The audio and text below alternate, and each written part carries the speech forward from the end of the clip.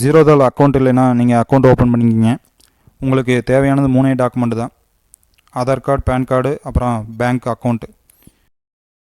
நீங்கள் account open பண்ணிட்டீங்கன்னா mutual fund ஆகட்டும், இடிஎஃப் ஆகட்டும், செவரன் கோல்டு பாண்ட் ஆகட்டும், எதுவாக வேணாலும் நீங்கள் டைரெக்டாக கைட் த்ரூ வாங்கிக்கலாம். மியூச்சுவல் ஃபண்ட் வாங்கினோம்னா ஜீரோதா காயினில் வாங்கிக்கலாம். உங்களுக்கு ஜீரோதா 200 ரூபா ஃபீஸ்லேயே அக்கௌண்ட் ஈஸியாக ஓப்பன் பண்ணிடலாம். அக்கௌண்ட் ஓப்பன் பண்ணி முடிச்சதுக்கப்புறம் முதல்ல பண்ண வேண்டியது வாட்ச் லிஸ்ட்டில் உங்களுக்கு எந்தெந்த ஸ்டாக்ஸ் வேணுமோ அந்தந்த ஸ்டாக்ஸை ஆட் பண்ணிக்கிங்க. ஏன்னா 5000க்கு மேலே கம்பெனிகள் இருக்குது. எல்லாத்தையும் நம்ம வாட்ச் பண்ணிகிட்ருக்க முடியாது. நம்மளுக்கு எந்த ஸ்டாக்கெல்லாம் தேவையோ அந்த ஸ்டாக்குகளை வாட்ச் லிஸ்ட்டில் போட்டுக்கிட்டிங்கன்னா அந்த ஸ்டாக்ஸ் பற்றின ரேட் அப்டேட்டு அப்பப்போ தெரிஞ்சுக்கலாம் பார்த்து. நான் உதாரணத்துக்கு SBI, Reliance, Adani entertainment, HDFC bank, இப்படி ஒரு 4 ஸ்டாக்ஸை ஆட் பண்ணியிருக்கேன். நீங்கள் ஒவ்வொரு ஸ்டாக்கை ஆட் பண்ணும்போதும் பிஎஸ்சி, என்எஸ்சின்னு 2 காமிக்கும். எதில் வேணாலும் ஆட் பண்ணிக்கோங்க, எல்லாமே ஒன்று தான். அப்படியே ஸ்க்ரால் பண்ணிங்கன்னா கீழே ஃபண்டமெண்டல்ஸ், டெக்னிக்கல்ஸ், ஆப்ஷன் செயின் எல்லாமே காட்டும். ஃபண்டமெண்டல்ஸில் போனீங்கன்னா BP ratio, BE ratio, dividend yield, market capital, 52 week high low எல்லாமே காட்டும். அதே மாதிரி டெக்னிக்கலில் போனீங்கன்னா அது வந்து என்ன மோடில் இருக்குது, பேரிஷா, புல்லிஷா, ஆவரேஜ் என்ன, 20 டேஸ். ஆப்ஷன் செயினில் போனீங்கன்னா அந்த ஸ்டாக்கோட ஆப்ஷன்ஸு, கால் புட்டு எல்லாம் என்ன ரேட் இருக்குதுன்னு காட்டும். நீங்கள் ஸ்டாக்ஸ் பை பண்ணணும் அப்படின்னா ஃபஸ்ட்டு அமௌண்ட் இருக்கணும். அதுக்கு ஆட் ஃபண்ட்ஸில் போய் நீங்கள் அமௌண்ட்டை ஆட் பண்ணணும். எவ்வளோ அமௌண்ட் வேணுமோ நீங்கள் அந்த அமௌண்ட்டை போட்டு கண்டினியூ கொடுத்தீங்கன்னா போதும். நெட் பேங்கிங்கில் போனீங்கன்னா உங்களுக்கு 9 ரூபீஸ் ப்ளஸ் ஜிஎஸ்டி ஆகும். அதுவே யூபிஐயில் ஃப்ரீ ஆஃப் காஸ்ட் பண்ணிக்கலாம். அதிக அமௌண்ட் பண்ணுறீங்க அப்படின்னா நெட் பேங்கிங் பண்ணலாம். அபவுட் 2 lakhsனா யூபிஐ ஆப்பில் பே கேட்கும். பே கொடுத்துட்டிங்கன்னா டெபிட் ஆயிடுச்சுன்னா உங்களுக்கு ஆட்டோமேட்டிக்காக அமௌண்ட் இங்கே கிரெடிட் ஆயிரும் உங்களோட கைட் வேலெட்டில். பேயினில் காட்டும். இப்போது இங்கே கிரெடிட் ஆனதுக்கப்புறம் நீங்கள் எந்த ஸ்டாக் வேணாலும் அந்த அமௌண்ட் வரையிலும் பை பண்ணலாம். எத்தனை குவான்டிட்டி வேணுமோ அத்தனை குவான்டிட்டி போட்டிங்கன்னா போதும், நீங்கள் பை பண்ணலாம். கேஷ் அண்ட் கேரினா லாங் டெர்மு, அதுவே எம்ஐஎஸ்னால் இன்டர்டே. இன்டர்டே பற்றி நம்மளுக்கு தேவையில்லை, கேஷ் அண்ட் கேரி பற்றியே பார்ப்போம். நம்ம இதில் முழுக்க நம்ம லாங் டெர்ம் இன்வெஸ்ட்மெண்ட் பற்றி தான் பார்க்குறோம். இன்டர்டே பற்றி நம்மளுக்கு தேவையில்லை. மார்க்கெட் ஆர்டர் அப்படின்னா உங்களுக்கு மார்க்கெட்டில் என்ன ப்ரைஸ் இருக்கோ அந்த ப்ரைஸில் தான் வாங்க முடியும். உங்களுக்கு அப்போ ப்ரைஸ் வந்து காட்டாது, 0 தான் காட்டும். அதே லிமிட் ஆர்டர் அப்படின்னா உங்களுக்கு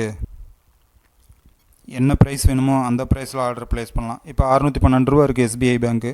அது வந்து ஒரு 600 ரூபாயில் வேணாலும் ப்ளேஸ் பண்ணுறதுக்கு நம்மளுக்கு எடிட் பண்ண முடியும்.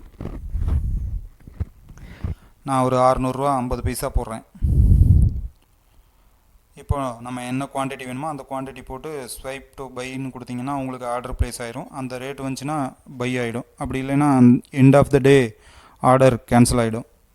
இன்ட்ரடே பண்ணுறீங்கன்னா அன்றைக்கி ஈவினிங்குள்ளே நீங்கள் பொசிஷன் க்ளோஸ் பண்ணி ஆகணும். அடுத்த நாளைக்கு கேரி பண்ண முடியாது. லாங் டெர்ம் அப்படின்னா சிஎன்சி, கேஷ் அண்ட் கேரி வந்து நீங்கள் எவ்வளோ நாள் வேணுனாலும் ஹோல்டு பண்ணிக்கலாம். இந்த ஸ்டாப் லாஸ் மார்க்கெட்டு இதை பற்றி பேசணுன்னா இன்னொரு வீடியோ தனியாகவே போடலாம். ஆர்டரில் ரெகுலர், கவர், ஏஎம்ஓ, ஐஸ்பெர்க்னு இருக்குது. நம்ம இந்த இதுகளை பற்றி பார்த்துருவோம். ரெகுலர் ஆர்டர் தான் நம்ம எல்லாருமே யூஸ் பண்ணிகிட்ருக்குறோம்.